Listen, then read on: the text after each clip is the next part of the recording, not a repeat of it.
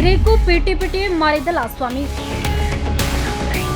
नृशंस स्वामी घटाई बसिला नारकीय कांड। निज स्त्री को पीटी पीटी जीवन मारिदेला। पुणी मयूरभंज लज्जाजनक घटना घटी। घरोई हिंसा भयावह रूप नहीं। निर्मम घटना घटी मयूरभंजला मोरडा थाना अधीन बगलाढिपा ग्राम में। मृता मिता पात्र और अभियुक्त स्वामी जगदीश पात्र जहां डाक नाम बापी से 2019 मसीह वैदिक रीतिनीति विवाह बंधन में बांधि उठिले।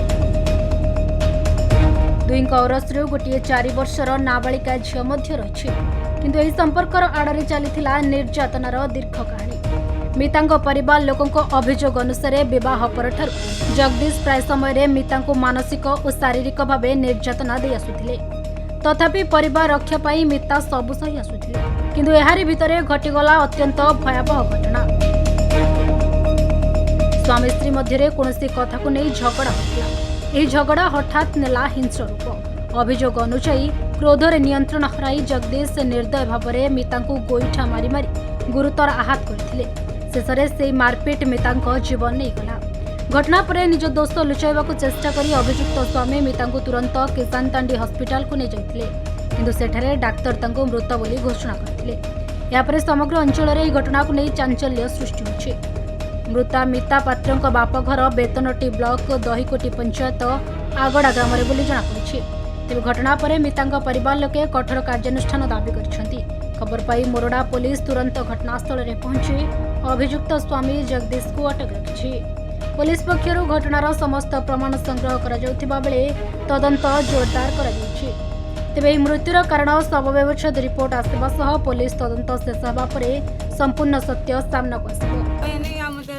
आम घर पाखर छुआ मैंने भी शुणी मुझे आउ थे फोन करनी बेले कहला धीर अच्छी आउ गनी मुझे कहनी तू जब पलि आसबू एने कह मुझे ते नहीं आसमी ते जब भल न लगुच तो नहीं आसमी तापर सी कहला जिमिनी आईनी कहला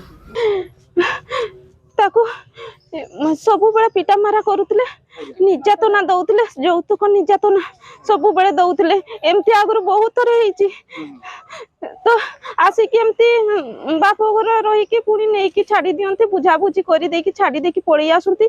यही 2 दिन तौर आउ थे मारपिट होते बहुत पिटी थे। यही 2 दिन हम आउ काली भी पीटी के मारी देइछंती पूरा से पीटी पीटी मारी देइछि ताको मो भौणी को नाई मिलियो से बहुत कष्ट पाई मारी दे सेमती किछि नै मु काले देखो 108 रे मु आनुतली त पेन हला पेटो फेटो छाती पते बांटी बांटी पड़थला नेट को आइला सिलाइन भी चढ़ौतले सिलाइन चललानी ये इंजेक्शन 2टा ना गुटे देइथिले सारा का बस को तबे तो हेई सरची माने मोर पे कहीं नै कहबा पई आ सेई मान तो कहले जतेले भूल होइछि माने किंतु तुम कली तकरा ही कि से रहउतले का बाप घर भी किछि दिन रहउतले से बाहर जतन मु थाई ना जे तो जाई के सेडे रही के आसंती।